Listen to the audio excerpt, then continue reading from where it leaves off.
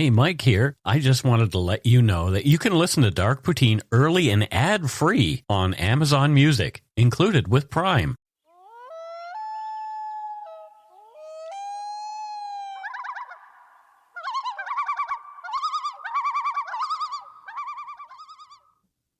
Hello and welcome to Dark Poutine. I'm Mike Browne, your creator and host. With me this week is my wife, Carol. Say hello, Carol. Hey, how's it going? It's going pretty good. Good. The views, information, and opinions expressed during the Dark Poutine podcast are solely those of the producer and do not necessarily represent those of Curious Cast, its affiliate, Global News, nor their parent company, Chorus Entertainment. Dark Poutine is not for the faint of heart or squeamish. Our content is often intense, and some listeners may find it disturbing. We're not experts on the topics we present, nor are we journalists. We're two ordinary Canadian schmoes chatting about crime and the dark side of history. Let's get to it. Put on your toque, grab yourself a double-double and a Nanaimo bar. It's time to scarf down some Dark Poutine.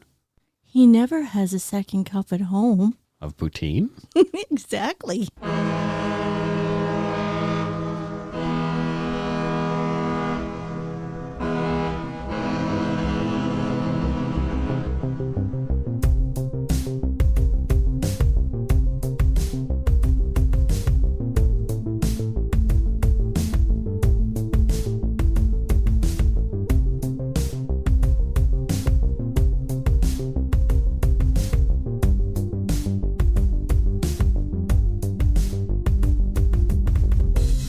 Listeners who feel they are in crisis can contact the crisis text line in Canada by texting HOME to 686868. In the US or UK, text 741-741. The service will match you with a volunteer counselor who is supervised by a licensed, trained mental health professional. Crisis text line is free 24/7 support for those in crisis.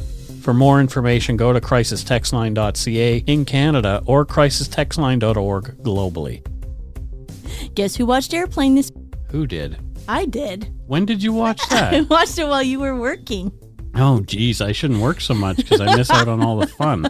I'll watch it again. That's only the 18th time I've seen it in the last 5 years. Oh, there you go.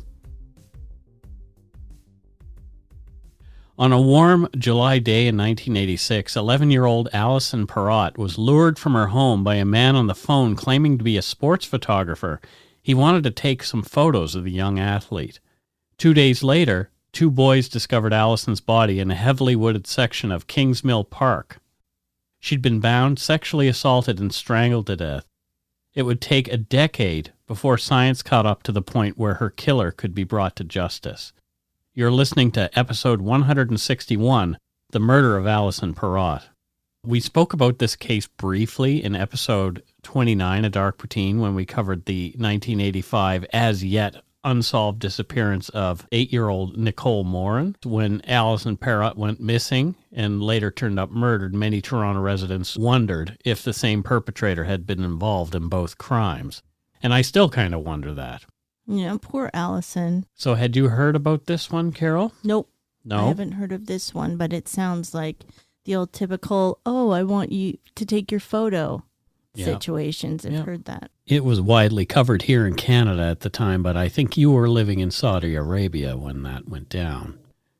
Alison May Campbell Parrott was born to Leslie and Peter Parrott on September 28, 1974. Leslie and Peter wanted the best for their kids and provided them a loving home with lots of opportunity. Leslie wanted her children's names to reflect her own Scottish heritage. Alison, spelled with one L, has its roots in 12th century Scotland and, although now almost exclusively used for girls, has been a unisex name meaning Alice's son or Little Alice. Alison's brother, who came along in the years after Alison, was dubbed Callum, a Scottish Gaelic name meaning dove, a Christian symbol of purity. In an episode of Global TV's Crime Beat, Leslie Parrott remembered Alison. Quote, "The first day that Alison was born, I held her in my arms. I still remember this vividly, and I looked at her, and the thought that came to mind was, she's very much her own person. Then she became a big sister, a bit of a bossy big sister, and you know, that's exactly who Alison was. She was very spunky, very determined, filled with life, always laughing, but she was so much her own person." I like Alison. I Yeah. know a little bit about being a bossy big sister. Yeah. Just a little. I was a bossy big brother, too. Mm-hmm. Oh, yeah, you agreed to that pretty quickly. Alison was a student at the French immersion school École Publique Gabriel Roy at 14 Pembroke Street in Toronto, just off Dundas. By the time she was 11, Alison was well versed in the use of the public transit system, including buses and the city's subway system. She traveled on her own around the city going to school and to coaching sessions for running, which she had gotten into in the 3rd grade, but had begun to give more focus to in the summer of 1985. Alison, like myself, focused on middle distance running, especially the 800 and 1500 meter races. She also ran the odd 3,000, but improving her times in the shorter races were her current objectives. According to a National Post article by the crime reporter Christy Blatchford, published on March 10, 1999, between January and June of 1986, Alison's hard work and training with her coach, Ms. Moon, had led Alison to drop her time in the 1,500-meter race by a full 40 seconds. Ms. Moon was impressed, mentioning later that Alison was the first female star athlete she had coached.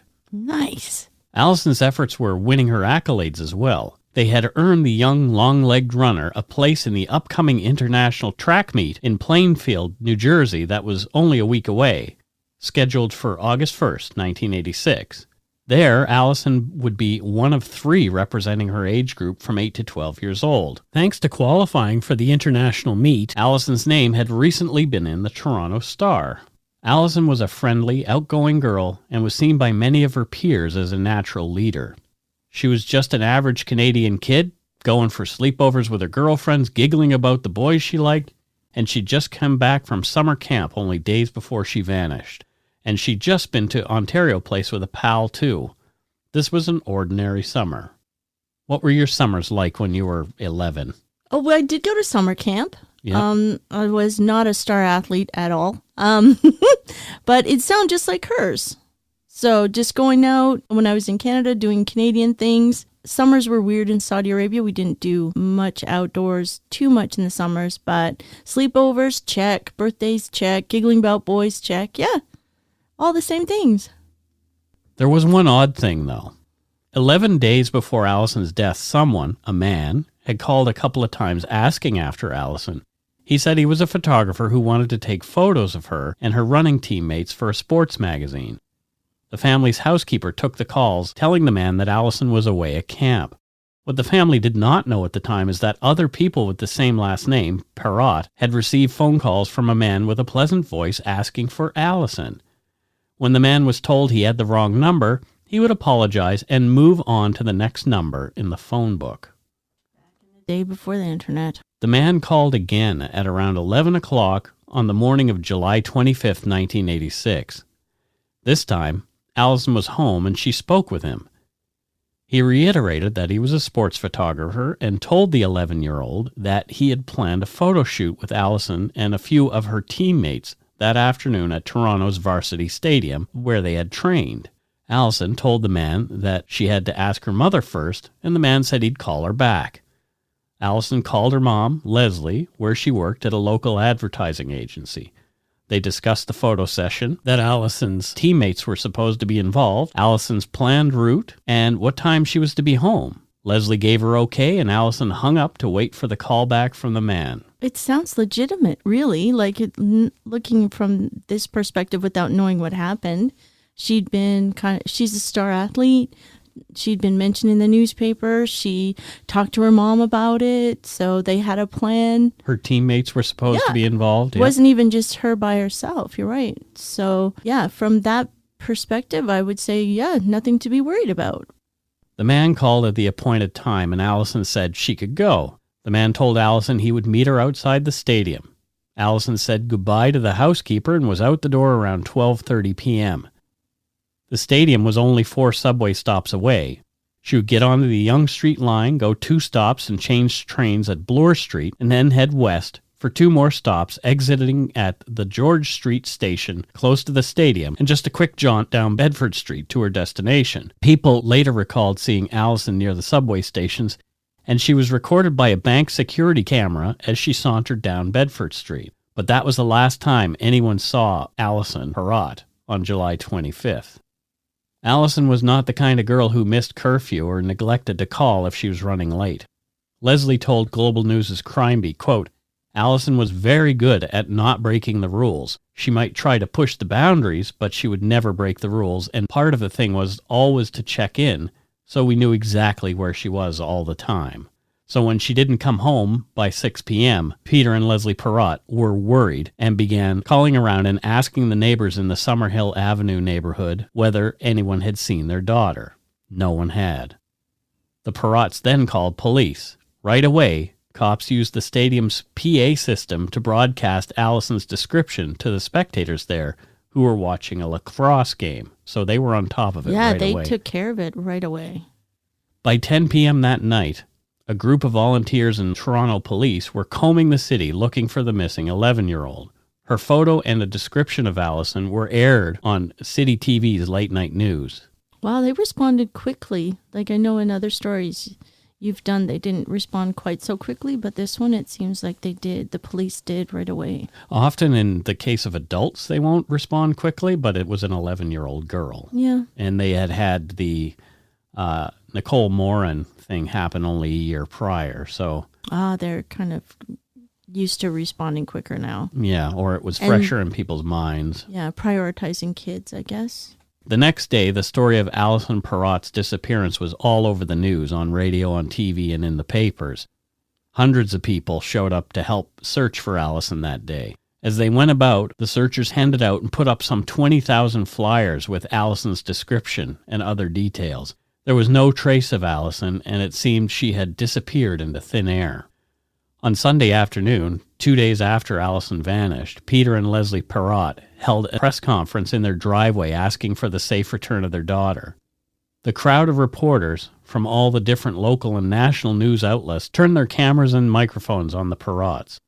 Peter was the more stoic of the couple, holding up Leslie, who was barefoot, as she pled emotionally for any information leading to Alison being brought home to the family. Oh, this poor family, and then having to deal with the press and stuff on top of it. Well, so much pressure and sadness. But at the same time, dealing with the press is probably a good thing because it's getting attention at least. Yeah, it's helping, but still it's very difficult. That evening, around 6:30 p.m., a pair of boys were playing in the woods near Bloor Street Bridge in Kingsmill Park, which is located on the west bank of the Humber River in Etobicoke. They saw something laying in the brush and went to investigate. It was the naked body of a girl curled into a fetal position. Police were called. As everyone was on the lookout for a missing 11-year-old girl, it was quickly and painfully evident who the boys had discovered. The body was identified as that of Alison Parrott. Metro Police emergency task force units and other police vehicles swept in to secure the area, blocking the roads in and out of the park to preserve evidence and a little girl's dignity. They began the grim process of gathering evidence and trying to piece together what had happened to Alison and what kind of monster could be responsible for such a thing. Uniformed officers were posted around the perimeter, ringed by police tape to keep the rubberneckers away.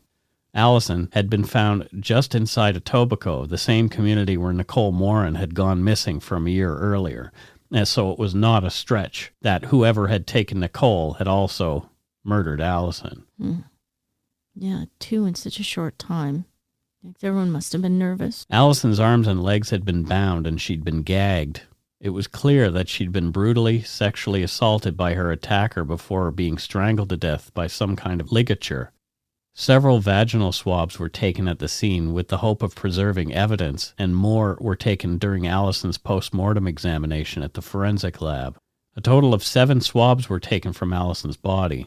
There was semen in the swabs, but forensic science had a ways to go in 1986, and there was not enough donor material to properly make an ID against suspects using the ABO blood typing system that was most widely accepted at the time. The samples were stored in a refrigerator for future testing. Just crimes against kids. I don't get it. It's just the worst. Leslie, Peter, and young Callum Parrott were devastated by the news that Alison had been murdered. Leslie mentioned in later interviews that she had to pray for forgiveness for Alison's killer, whoever he was, so she could move forward with her own life. As the investigation got underway, as early as July 30th, only 3 days after Alison's body had been discovered, there were rewards for information leading to her killer's capture and conviction. The story was picked up nationally. According to the Vancouver Sun, quote, "The Toronto and Region Crime Stoppers program has offered a reward of up to $2,000 for information leading to the arrest of Alison's killer." The Metropolitan Toronto Board of Police Commissioners expected this week to announce a $10,000 reward for information leading to the killer's arrest and conviction. The J. Walter Thompson advertising agency, where Alison's mother, Leslie, is vice president, set up a memorial trust in the girl's name to help young, needy children develop their track and field and language skills. Reports of the rewards prompted thousands of calls to 2 police hotlines. "Everybody has their 10 cents worth," Sergeant Peter Banks said. "The phones are ringing off the hook." Oh, those hotline tips, phone lines, those must just be just super busy. And then trying to sort through all that information, I just can't even imagine it. Because some people really want to help. Mm-hmm. Some people have really good information. Yeah. And then there's the other ones who are just crazy people. Yeah. Yeah. Or they just want to be part of it somehow. Yeah. And lots of times the tips, I know I worked on a tip line for fraud. A lot of them, they're not tips at all. But people think they are tips and they should be taken seriously. It's tough to sort through all that information. Yeah. The police and Alison's family put up more flyers in the hopes of jogging someone's memory about Alison on the day of her murder. The posters that soon became familiar to Torontonians that summer said in big bold letters, "Did you see Alison?" To the left on the poster was a head-to-toe artist-enhanced photo depiction of Alison in the clothes she had last been wearing, one part of which was a top that had belonged to her dad, Peter. The text of the poster read, "Please think back to Friday, July 25th. Alison Parrott, age 11, height 4 foot 10 inches, weight 75 pounds, hair blonde, eyes green, appearance well-groomed, preppy. Last seen wearing emerald green oversized man's t-shirt with collar worn outside shorts, polo-style t-shirt with short sleeves and an emblem on the left chest, beige shorts mid-thigh length, North Star white leather moccasins, and carrying pink Roots purse with a navy blue cotton bag with white floral motif on the side. Below were the contact hotline phone numbers for the Toronto police officers handling the investigation." So these posters were everywhere. I haven't heard the word preppy in ages, but yeah, that was in the 80s. She definitely was preppy. I can see her style and everything she wore too. Cops combed the area of the park. They even dragged the river for evidence near the scene, the Humber River. They'd also been dragging the usual suspects in for a hard look at who could have perpetrated such a vicious assault and murder of a sweet, innocent girl like Alison. Pedophiles and other deviant sex offenders were rounded up over the next few months and talked to at length by the team of investigators. They also talked to people who knew Alison and trained at the same track facilities as she did. Alison's killer had known she was a runner. Perhaps he had trained close by and had developed his fatal obsession for her while watching her run. In the meantime, on August 1st, 1986, Alison's family held a funeral for their daughter. 800 people attended. From Global News Crime Beat documentary, just 2 blocks from the stadium, family and friends gathered for Alison's funeral. Outside the church, dozens of police officers in uniform and plain clothes scanned the crowd should the killer be among them, end quote. The reward had ballooned to over $50,000, and that was within the first week. Yeah, that's good. That same day, the track meet in New Jersey that Alison was supposed to attend was getting underway. Her teammates wore black armbands to commemorate their murdered friend. Help in the investigation was coming from all over, including Scotland Yard in London. Officers there were utilizing a highly successful computer program called Holmes, after Sherlock, of course, to analyze the data and evidence the Toronto police had collected to aid the effort to capture Alison's killer. From the Vancouver Sun on August 5th, 1986, quote, "From all the information that has come in because of the excellent record of the Toronto Homicide Squad, I'm positive this will be solved," said Inspector Dave Boothby, a leading detective on the case. Of the 57 murders in metropolitan Toronto last year, police solved all but one. Police believed that they would have their murderer within 2 weeks. Okay, big words. Big words that didn't go I was going to ask, but then I thought, I'll wait and see. Alison's murder went unsolved. Over 18 months, some 30,000 reports were written, and more than 20,000 witnesses were spoken to, and police had a list of 1,200 suspects. The investigation stalled. The case went cold with no resolution in sight. All the evidentiary paperwork was put into boxes. From the book Dark Paths, Cold Trails by Doug Clark, quote, eventually, an FBI profiler was brought in.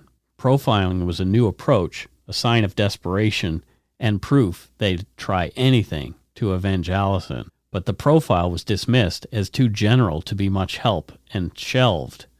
The cops gently set Alison aside, one of the many open but inactive cases to be revived and pursued when time and staff budget allowed. Through it all, the police never lost faith they'd catch Alison's killer. They just needed one break, a clue, a tip, a confession, a miracle, end quote. With 1,200 suspects, that's like, oh, man, that's a lot of information to go through. Mm-hmm. And their budget was taking them elsewhere. There was another rapist on the prowl in the Toronto area, and that was the Scarborough rapist, who turned out to be Paul Bernardo. Yep. So their time and money was pulled elsewhere. And we'll take a break right here. If you're looking for a smoking gun, I can absolutely guarantee you will not find it. In October 2001, a series of letters filled with a deadly powder called anthrax were dropped into the U.S. mail system. What started as an unprecedented case turned into an unsettling mystery. Who sent these deadly letters, and why? From Campside Media and Sony Music Entertainment, I'm Josh Dean, and this is Cover Up Season 4, The Anthrax Threat, available now.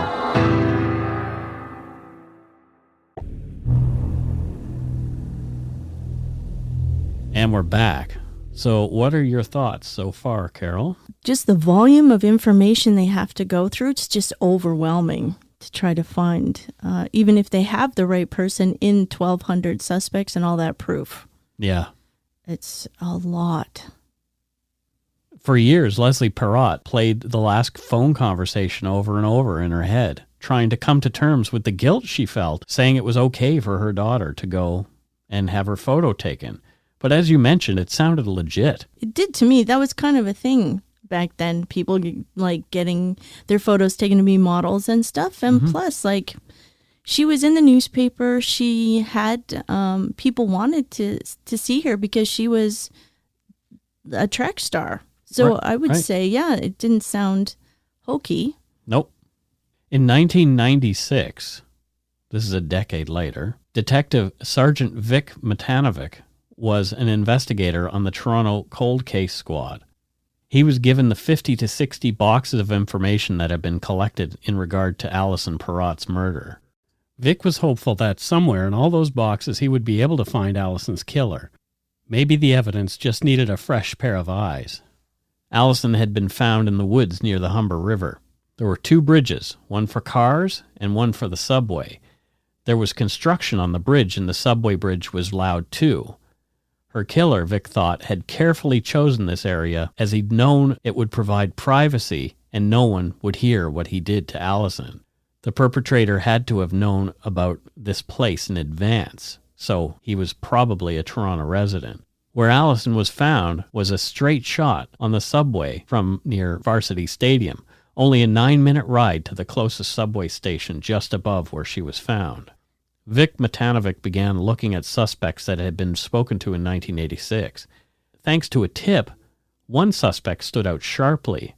In 1988, when he had been on mandatory supervision, a man named Francis Carl Roy had moved here to Vancouver. It was 2 Vancouver police detectives training in the VI-class system who had tipped Toronto police to Roy when they were investigating him for the murders of 3 Vancouver sex workers. Roy had since moved back to Toronto in 1991 after being charged with assault on a Vancouver restaurant owner. I know I said the word VI-class, and so... I don't know what that is. So VI-class is the Violent Crime Linkage Analysis System, and it was developed by the RCMP in 1991. And so what it does is it takes all the information about a particular perpetrator and puts it all in one place. So it came about as a result of the failures in the Clifford Olson case, where all these different jurisdictions had information about Clifford Olson and were not able to share it with each other. Yeah, they couldn't connect it all. Yeah. So this is what VICLAS does. And a lot of violent offenders have been profiled this way, and it has helped to catch a number of them. Right. Francis Carl Roy was a runner who had sometimes trained at the same field as Alison. He was also an amateur photographer. Oh, my God. At the same time of Alison's murder, the 29-year-old was on the run for a parole violation. He had a history of sexual assaults as well. In 1981, Roy had been sentenced to 6 years for the assault on a 19-year-old Toronto woman in his apartment, and while in jail, he pleaded guilty to the rape of a 14-year-old girl in 1980. According to an Ottawa Citizen article, quote, he drove her to a secluded field in Aurelia, where he smashed her face against a car window. He tied the girl up with his belt and repeatedly sodomized and raped her. He later drove her back to Toronto and threatened to kill her if she told anyone. Oh, my End God. quote. This guy's a nightmare. Mm-hmm. In September of 1986, when he was questioned, he had brought his lawyer to the interview. He was cleared at the time. He claimed that on the day of Alison's disappearance and murder, he'd been on a 21-mile run through Toronto. He said he had left his home at 9:50 a.m. and had not made it back until 12:13. He claimed he'd cooled down doing some stretching in front of his apartment building. He said that he had then got changed and met a friend for lunch and then took transit to work. Something stood out to Detective Matanovich about this interview. Roy was on the run from that other crime, and he said that on that night he remembers coming home to his apartment and his behavior at that time. From Exhibit A, Killer in the Box, Detective Matanovich says, quote, in his statement, he says when he comes home late at the apartment building, he's hiding. He's being cautious. He's looking around. It's black outside. He's being very cautious because he knows the police are after him. Yet why doesn't he do it in the broad daylight? He's doing the stretching there. So, to me, logically, that doesn't make any sense. Roy had also turned himself in for the parole violation on the day that Alison was found. So he'd been in prison while investigators were looking for Alison's killer. Interesting, right? Yeah. And so he's talking about being cautious. So he's being honest about being cautious, but it was because he knows he had just killed somebody. Yeah. Because if he's not being cautious that morning, doing stretches in front of his place, on top of the weird behavior, the route that Roy had been running took him through Kings Mill Park, right past the murder scene where Alison Parrott's body would be found 2 evenings later. So he totally knows the area. Yeah, Like, well, he was very there. well, He even put himself there on the day of the murder. Roy's parole officer had written a report as to why she thought Francis Carl Roy might be a good suspect in Alison Parrott's murder. From Doug Clark's book, Dark Paths, Cold Trails, quote, among Roy's former parole officer's key facts were that he and Alison had trained at the same athletic club and that he knew track jargon and cameras, giving him the means and opportunity to abduct the young girl. That he had done it before, twice luring young women to an isolated spot to rape and sodomize them. It hadn't stopped there. Hassard pointed out that Roy knew the West End of Toronto, where Alison had lived and was found dead. Having attended high school, in fact, Roy and Matanovich had attended the same high school. He worked and he ran about 10 miles a day in the area. Alarmingly, he had scored sadistic to sexual response testing in Kingston Penitentiary. He was diagnosed with an antisocial personality and loved boxing. He could be as happy gauging how many punches it would take to knock out a victim as he was raping and sodomizing, and now she believed likely killing unconscious or bound women and girls with no fear of detection. The parole officer wrote, quote, Roy is a convincing liar and is not threatening in appearance. He is small of stature, has a boyish enthusiasm and a winning smile. He is likable, has the gift of gab, is reasonably articulate, and is confident. He also thinks he is a good criminal and would not get caught. In my opinion, the MO is similar to the Parrott case.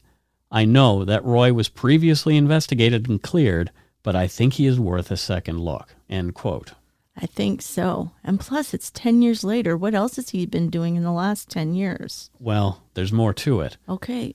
Because, well, we've already mentioned that when the Vancouver police tipped the Toronto cops to him, they were looking at him for the murders of three sex workers. The sex workers. Yeah. Vic Matanovich's hunch after reviewing Roy's original interview, his parole officer's thoughts, and Roy's admissions to having been near the crime scene on the day of Alison's murder were not enough to give police what they needed to arrest and charge Roy. But this was a good beginning and some stronger leads than they believed they'd had 10 years earlier. Also, in 1996, DNA profiling was now a more accepted science since the trial of the British rapist and murderer Colin Pitchfork in 1987. Pitchfork's conviction of 2 sexually motivated murders in Leicestershire was the first one in history where the science of DNA fingerprinting was successfully used to put a murderer in prison. An undercover police officer was tasked to follow Roy in the hope of obtaining a DNA sample left by the suspect as he went about his business. The officer got his break at a couple of different bars where he watched Roy smoking. After the suspect left, the officer swept in, grabbed Roy's cigarette butts out of the ashtray that he had been using, and secured them. Nice classic. The crime lab went to work analyzing the 2 cigarette butts provided by the undercover cop. They were able to get a full DNA profile of Francis Carl Roy from both, and both matched the semen samples taken by way of the vaginal swabs collected after Alison Parrott's murder. Francis Carl Roy was arrested and charged with first-degree murder in the death of Alison Parrott, almost 10 years to the day after she had been killed. He pleaded not guilty, but quickly became one of Toronto's most hated men. The news media picked up on the story of Roy's arrest and kept it alive as lawyers prepped for what promised to be one of the most followed trials since Paul Bernardo's. The trial began 3 years later, in the spring of 1999, and only after a judge ruled that Francis Carl Roy's previous sexual assault convictions were too prejudicial to be entered into evidence, so the Crown would not be allowed to say that this guy was a predator. Also to be withheld was the fact that when Roy was arrested in 1996, he was in possession of a fake ID describing him as a media photographer. Why would they not allow that? Again, they determined that it was too prejudicial. It was a piece of circumstantial evidence that had nothing to do with the particular crime. I could see the first bit, but the fake media tag? Yep. Okay. Regardless, the jurors still had to sit through days of grisly descriptions of the crime, how it had taken between 4 to 5 minutes for Alison's killer to strangle her, and further descriptions about the state of Alison's body after the crime. They learned that Roy and Alison had trained at the same places. Roy had known the West End of Toronto well, and he had been familiar with the area in which Alison had been murdered, and even, by his own admissions, to having been in Kingsmill Park that very day. Everyone was curious what Roy's defense team was up to and how they were going to answer the fact that his semen had been found inside Alison Parrott. In a surprise move, Roy's lawyer, Todd Ducharme, read a statement before the DNA experts even testified. It said, quote, "The defense admits that Roy is the donor of the DNA profile isolated from the spermatozoal fraction from the vaginal swabs taken from the body of Alison Parrott." So they admitted that it was his DNA, even before the experts testified. All right. Yeah, so what's next? What? Exactly. Why? How? During his interrogation in 1996, Francis Carl Roy had admitted to being in the park that day, claiming that he had been running there. But where he went next was off the rails. Roy claimed he had not killed Alison Parrott. Okay, I'm ready. He testified in his own defense, saying the same things in court. Alison was already dead when he stumbled across her body, he said, while jogging. He had gone into the wood to urinate, saw Alison's body laying there, and molested it with his hand. He said that since he had masturbated earlier that morning, there was semen left over on his fingers. While the defense admitted it was a deviant and sick act, it did not prove that Roy had murdered Alison Parrott. The attorney for the Crown, Paul McDermott, called Roy's explanation incredibly preposterous. Roy's defense team also argued that Roy was not intelligent enough to have come up with the plan to murder Alison Parrott and invoked a phantom suspect, a white man as opposed to indigenous like Roy, who defense witnesses testified may have been walking with Alison on the day she was killed. What do you think of his defense? It's absurd. Yeah. I don't believe it. I'm sorry. So if you're a juror, you're listening to it and you're thinking, what a load of baloney? Yes, exactly. After a month-long trial, Francis Carl Roy's fate was left in the hands of a jury made up of 6 women and 6 men. It took them more than 5 days to reach a verdict, which is unusual, during which many speculated that there would be a hung jury and Roy might walk free if the Crown didn't want to try him again.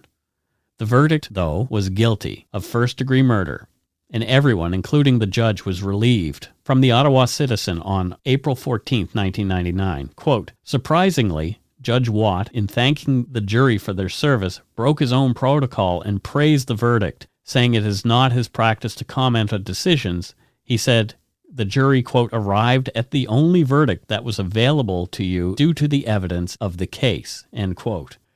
Roy was handed the appropriate sentence, life without the possibility of parole for 25 years. The Ottawa Citizen article continues, quote, "As he was led away by police yesterday, Mr. Roy flashed a quick smile to his girlfriend, Janice King, and mother, Rose, who sat holding hands. Earlier, as Mr. Roy walked into the packed courtroom, he smiled to his girlfriend, mouthing the words, 'I love you,' as he was seated in the prisoner's box." Seems very unconcerned for being... It's disgusting. The quote continues, "After the verdict, dozens of the Parrott's friends' relatives, as well as police officers who had been a part of the initial investigation, lined up inside the courtroom to offer congratulations. Outside the court, Leslie Parrott, Alison's mother, said, quote, "We are deeply relieved that the day has come, and we were never in any doubt that the just and right decision would happen."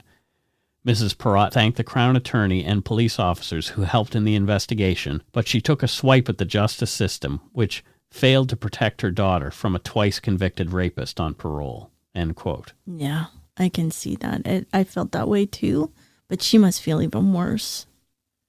To help raise awareness and help other children be more aware of predators like Francis Carl Roy, Leslie Parrott was involved in creating the national Stay Alert, Stay Safe campaign, in which 2 rabbits, Bert and Gert, hopped around the city teaching kids about safety. Here's one of the PSAs. Hi, I'm Gert, and this is my brother Bert. Hi, we're here to help you stay alert and stay safe. What a great movie. That was cool. I'm late. I'm gonna cut through the alley. No, stick with us, Katie. We'd better check this out. Always stick with your buddies and always make sure the folks know where you are. Cool dudes wouldn't go off alone when they don't have to. Stay alert, stay safe. So there you go. Did you ever see that ad in the 80s or 90s? Ever? No, No, I hadn't seen it either. I don't recall it. Well, my mom always had her own kind of stay safe thing. My mom would always tell my sister and I, don't talk to any weirdos. Okay. That was her thing. We're like, okay. That's super creative, Audrey. Leslie was asked for Global News' Crime Beat what part the campaign played in Alison's legacy. She said, quote, "For me, being able to help other people is an incredibly important part of Alison's legacy. It's all about love, the whole thing of helping kids be confident and be aware and be alert out in the world again. It's another bit of how Alison lives on." Had she been alive, today, Alison Parrott would have turned 46 last September. I just feel like after watching that video and just reading all this stuff, I know that's important for kids to make sure that, they keep themselves safe. But wasn't there anything kind of like, if you know someone that's a real creep, can you please get some help? If you're a real creep, can you please get some help so you don't hurt other people? Yeah, there was something like that out there instead of like, be careful and be scared, everybody. How about if you feel like something's wrong with you, please get some help. That actually would be a good campaign. Yeah. I don't think I've ever seen anything like that. Well, I don't think anyone thinks that people who are damaged that way or predators in that way are capable of kind of figuring out they're doing something wrong. But there must be someone out there that's like, whoa, I have really bad thoughts and feelings and I do bad things. Can I get some help, please? Right? Like, who, if they can kind of figure it out, where can they get help so that they kind of also are part of stopping this whole weird process? Are you trying to tell us something, Carol? Sorry. Oh, no, I've said too much. Yeah, but actually, no, like all kidding aside, I think that is a really good idea. There should be some sort of campaign for help. If you're somebody who has these dark thoughts, call this number and talk to somebody before you do something. It just feels like the responsibility is always on the people that kind of, like, they're the ones that aren't with, like, I guess, I don't know if it's victim is the right word, but they're always, it just seems victim like is the right word. You have to be careful all the time because people that can't control themselves are out to get you. Mm-hmm. There should be something else. Yeah. Yep. And that's the case with grown-ups too. Yes. Yep. Mm-hmm. There's a lot of campaigns for how women can stay safe, but there's not a lot of campaigns for predatory men, how they can not be a predator. I know it sounds weird, but there's got to be something, some way, because it can't just always be the person that's on the receiving end stuck having to try to fend for themselves, basically. No. Or stay with your friends. Yep, great point. And that's it for this week's case. I'm sad about Alison. Yeah, I try not to cover too many child murder cases, but this is one that I've kind of had on the back burner for quite some time, and well, since episode 29. Yeah. And it was just time. But also I didn't know about that database with the RCMP, how they connect all the information together like that, and that did help. So yeah. And I'll put a bunch of links to some more information about Vi-Class and to the Stay Alert, Stay Safe PSAs. They're quite dated now. They have kind of that a very 80s look. 90s in 1998? Yeah, 90s. Yeah, I guess. I felt it was 80s though too. Yeah. But yeah, they have a very dated look to them. That's it for this week's case. Let's see if anybody sent us any voicemails this week. And I think that somebody did. As I was writing this week, I saw a few calls come in. So yeah, people have been calling. Whoa. Actually, a lot of people have called this week. Oh my gosh. Do you feel popular? No. Aw, I do. I know it's not for me, but still. All right. Let's try this one. Hi, I just wanted to give a call. My name is Haley. I listen in the States. I live in Tennessee, actually. I just wanted to call you guys and let you know that I absolutely love your podcast. I learned so much about Canadian culture by listening to it. It's always so informative. You guys are so sensitive and compassionate about how you guys handle the stories and tell the stories. I also wanted to say that I think Carol is a great addition. I love having a female perspective every now and then. Like, the things that she says about the cases, especially when it pertains to women, are really important. And I feel like there are points that sometimes a man could miss. No offense. Women are great. So I definitely wanted to give Carol a shout out. I hope that you guys are staying happy and healthy during the pandemic. And thank you so much for making the show. Thank you. Well, yeah, why, thanks a lot. Oh my gosh. And that's exactly why I kind of wanted, that's exactly why Carol is on the show, to give that perspective. Oh, lucky me. I just thought it was because I was handy. No. I try my best. No, because I knew that you would bring a little something different. A little something, a little females. Yeah. There you go. Thank you so much. It's so nice. Even when you're a temp, it's nice to hear nice things. So thank you so much.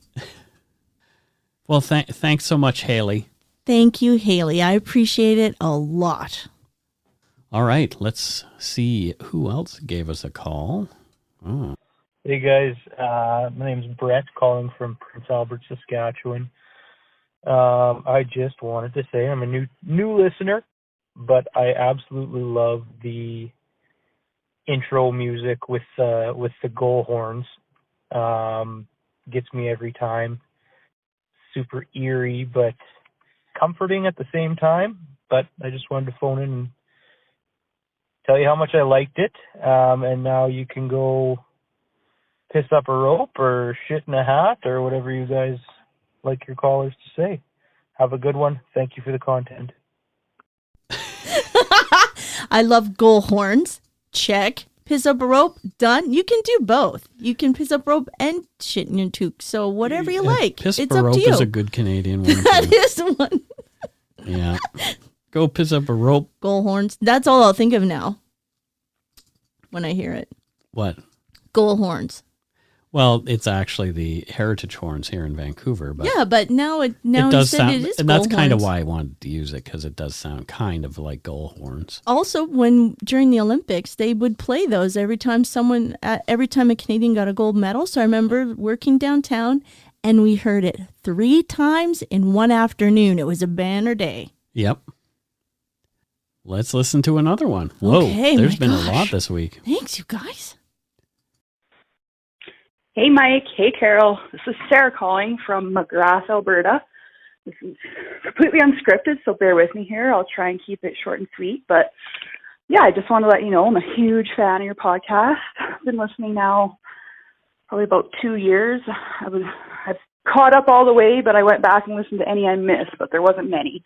And also, I had my first daughter May 1st of last year. Her name's Farrah May, and she's also listened to every episode with me since I was pregnant with her and since she's been born. So maybe she's your youngest fan. I also wanted to throw out, I live in McGrath right now. It's about 20-minute drive from the U.S. border in southern Alberta, just outside of Lethbridge, Alberta, or about 3 hours south of Calgary. But I just wanted to shout out to Carol, being from the Crow's Nest Pass. I find that kind of cool because my dad's family all grew up there. My dad moved to Lethbridge when he was 13, but now my mom, my sister, and my brother all live out there. And it's always been a fun place to go to visit family and hang out in the mountains. And my dad's grandpa, No, owned a grocery store there and was on town council and everything. So a lot of the museums and stuff feature a lot of my relatives, and it's kind of cool. Get to go there, feel like a little celebrity. But I hope I get to hear this on the podcast, and if not, I hope you enjoyed it. Have a great day. Thank you, and bye from McGrath. Thanks. Yeah, Carol had family in Coleman. In Coleman. Yeah. The metropolis of Coleman. The metropolis of Coleman. Wasn't Very it? It was nice. your great grandmother. My great grandma. Yeah. She lived there all by herself for a long time. And she was an interesting person, you've mentioned. Yes, she was tough. Tough. And crazy, perhaps. Yeah, I think living out in the boonies all by yourself and having to entertain yourself, it could get to you. Probably. Chopping your own wood when you're 88? Yikes. Yeah, well, living in Vancouver kind of gets you when you can't go outside. So. We can go outside. Yeah, it's actually nice here. I was looking at other people's weather and oh boy. But Sarah, thank you. We got so many voicemails this week. We might have to break them up. Yeah, we might have to save some for next week. Let's play just one more. Okay. Hi, this is Carmen from British Columbia, and I just wanted to let you guys know how much I enjoy your podcast. Since a lot of the stuff that you guys cover is not only local, but, just very low-key. So cases that might not even have any media coverage, but you guys just do really awesome research on it, and I appreciate it. I like to listen to you guys when I am commuting to and from school and work. And I like listening to you guys while I do tedious office work. So you guys have gotten me through those hard days.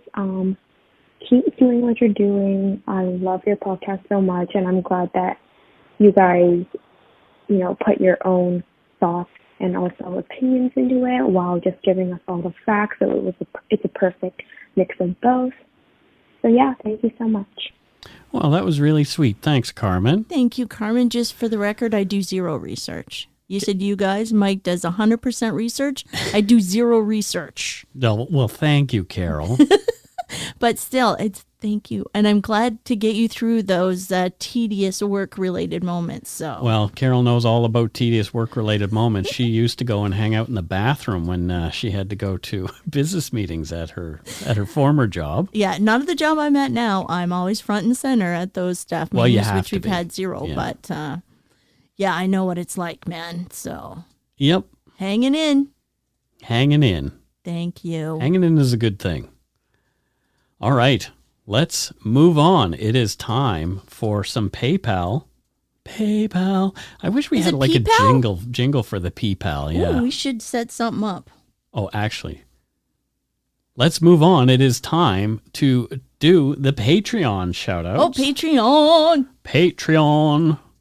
Not the patriarchy, the Patreonicy. No, we're not talking about the patriarchy. And I'm just hoping that I'm not part of that because those guys are douche canoes. All right. Our first patron is Thomas Gaspar. Thomas. And where is Thomas from, Carol? Montero. And where is that? Whew. It is. The plurinational. Plurinational state of Bolivia. Oh, Bolivia. Bolivia. Well, there you go. And so what does Thomas Gaspar do in Bolivia? He's an erection engineer. What? An erection engineer. Um. He makes erections of buildings. Oh, phew. Whew, that kind of. It's like a civil engineer. Okay, I was think going to it's say. not like. I think it is a civil engineer. Mhm. Yes. Mm-hmm. Yeah. He Oh, makes tall buildings. And not to mention our friend in Japan again, but her dad is a civil engineer. Is he an erection engineer? No. I'm going to ask her. Is your dad an erection engineer? Oh, that's funny. Erection. Well, thank you, Thomas. Enjoy Thomas. your erection engineering. I am so glad that it's buildings and not something else. Bigger is better. Okay. Next up, we have Stephanie Wood, and Stephanie is from Grand Prairie, Alberta. Hey, nice. Yeah, and what does Stephanie do in Grand Prairie? She is a male specimen courier, which is very hard to do right now because it is chilly where she is. Lots of snow, lots of rain. So, male specimen. What do you mean, a male specimen? You know what it means. That's her job. What? It's for medical purposes. Oh, male as in M-A-L-E. Yes. Oh, no. It's medical. It's medical. for science. Well, thanks, Stephanie Wood. Her last name is Wood. That's worked out perfectly. Yes, exactly. Male, M-A-L-E, specimen courier. Stephanie Wood. Thank you for your service. Thank you for your service, Stephanie. Oh, boy. Next, we have Lizzie Perry. And Lizzie is from Fort Saskatchewan, Alberta. We've got a few Albertans here. My gosh, you poor freezing people. Yes. What does Lizzie do in Fort Saskatchewan? She is a vision clearance engineer. A vision clearance engineer. What does that? Also known as, in layman's terms, the windshield replacer. Oh, so she's like a windshield replacement technician. Yes, exactly. Oh, but I like the other thing. The vision clearance engineer? Yeah, I like the name. Well, she does too. She had to work hard to get that job. There you go. Yeah, but lots of people ask, what does that mean? So then she has to tell them I replace windshields. Well, there's lots of chipped windshields in Alberta. Chipped and cracked, Yeah. and it's crazy. Well, thanks, Lizzie. Thanks, Lizzie. Thank you for your service. That's Chipped crazy. windshields. Chipped windshields. I know, it's brutal. Next up, we have from Kelowna, British Columbia, Janelle Steele. Kelowna. And what does Janelle do up there in Kelowna? Human resources specialist. So she's an HR person. Okay. In Kelowna. There's a lot of IT companies up there that need the HRs. Sure. Ah. Well, there you go. She probably really is an HR. Who I'll knows? bet. Janelle, did I nail it?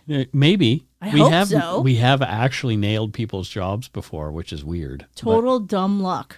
Yeah. Dumb luck. Heavy on the dumb. Yeah. Yeah, definitely. Next, we have Nadia Gilchrist.